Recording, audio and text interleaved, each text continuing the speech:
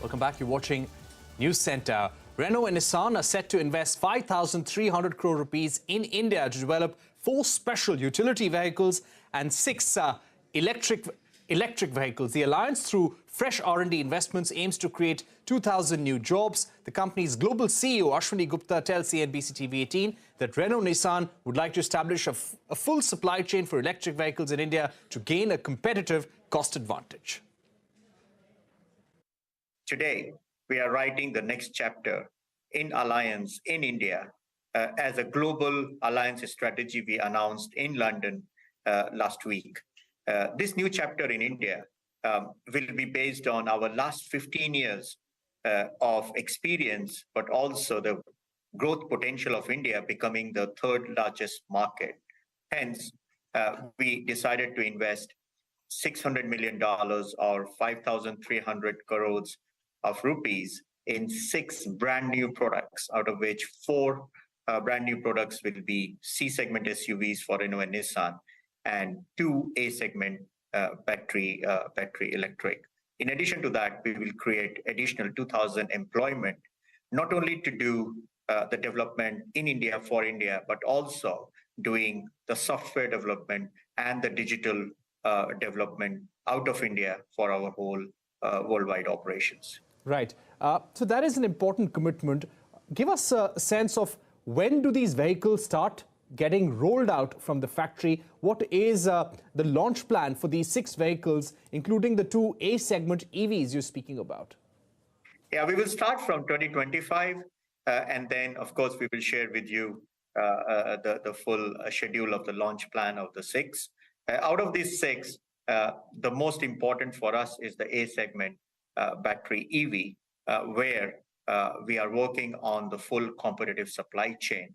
And these A-segment battery EV cars will, of course, will be for India, but also for the export purposes. Right. So that is an important point, that you're looking to export them as well. Now, if we look at all these 6 vehicles, including the 4 C-segment SUVs, the 2 A-segment electric vehicles, what will be the extent of localization, the extent of import in these vehicles, Mr. Gupta? Yeah, I think for the Magnite, which we have done here, we are very close to 98% localization. 15 years before, when we started our operations in India, we started with doing the localization of the global models. And now we are completely transforming the way we do business in India to do globalization of local models. This is how we have changed, and this is how we are going to move forward. For the battery electric cars, we are working on it, especially on the full supply chain driven by the vertical integration, as we do in Europe, US, China, and Japan.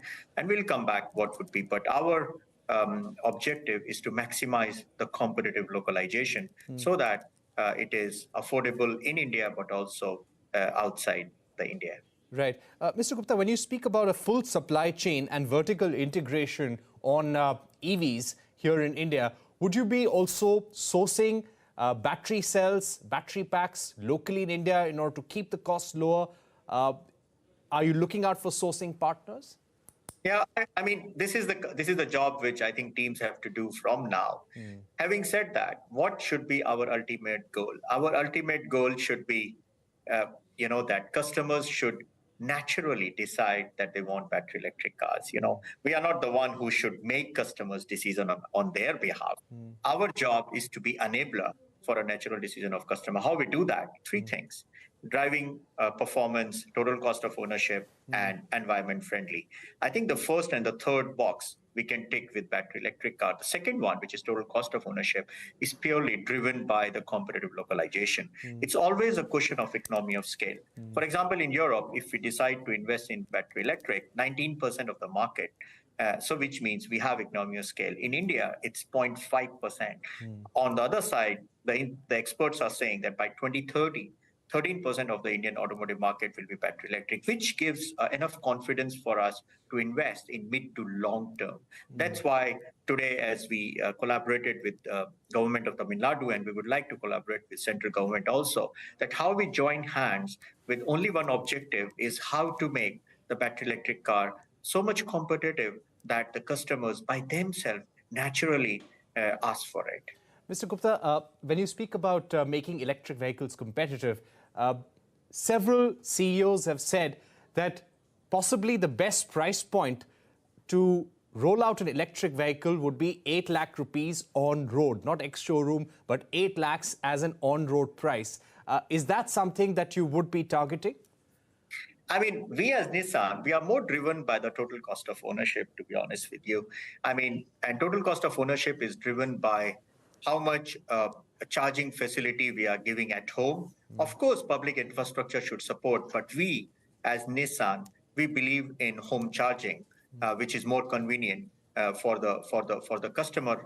Of course, in addition to the public infrastructure. So, what is the total cost of ownership is driven by charging access, but also is driven by the quality and the durability of battery, which means the quality and the durability of battery should be competitive enough to move that. So for us, when it comes to the cost of localization, I think the battery cost anywhere between $80 to a kilowatt hour to $90 to a kilowatt hour makes a very competitive total cost of ownership. Second, the durability of the battery somewhere between 8 to 12 years, depending on the driving experience, driving behavior of the customer, makes the total cost of ownership much better. So we are not going for the entry price. What we are going for is the total cost of ownership as competitive throughout the life cycle.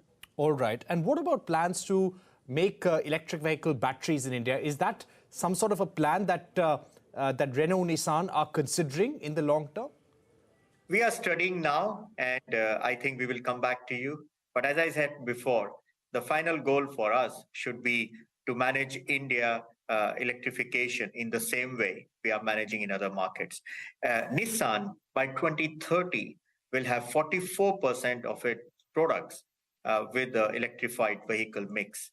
And India, if by 2030, the market is expected to be 13% mix, which means Nissan will have a great opportunity to utilize its strength of 44% electrified product mix into a market which will be roughly 13%. But again, these are the statistics which everybody is forecasting, but we will never know. The markets can change very rapidly depending on, number one, what is the magnitude of the government support? Number two, how many competitors are coming up with different options?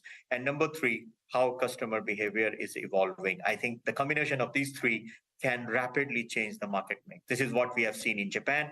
This is what we are seeing now in the United States. Right. I'd like to ask you about these 6 new vehicles which you're going to be launching starting 2025. The press release says that you will be developing these vehicles for the India market, 3 for each company under the alliance. So the SUV and the EV mix will be divided between Renault and Nissan. Will these be absolutely new vehicles ground up, or are these vehicles and platforms available in the rest of the world and you will now be bringing them to India? I mean, there are two ways of doing thinking over it. One is we are alliance when it comes to maximizing each other's asset utilization, but we are brand distinctive. We are totally two different P&L companies. We are two different brands. So all the 6 cars will be brand new cars, brand new products with a distinctive brand identity, 3 for Renault and 3 for Nissan. However, when it comes to execution, we will be using the common platforms and the common sourcings and the common engineering and the manufacturing teams to make it more competitive, because we will have access to the economy of scale. This is how we are moving forward. Very soon, I think in few weeks and few months from now, we will be sharing with you the product sketches representing the brand distinctiveness to you.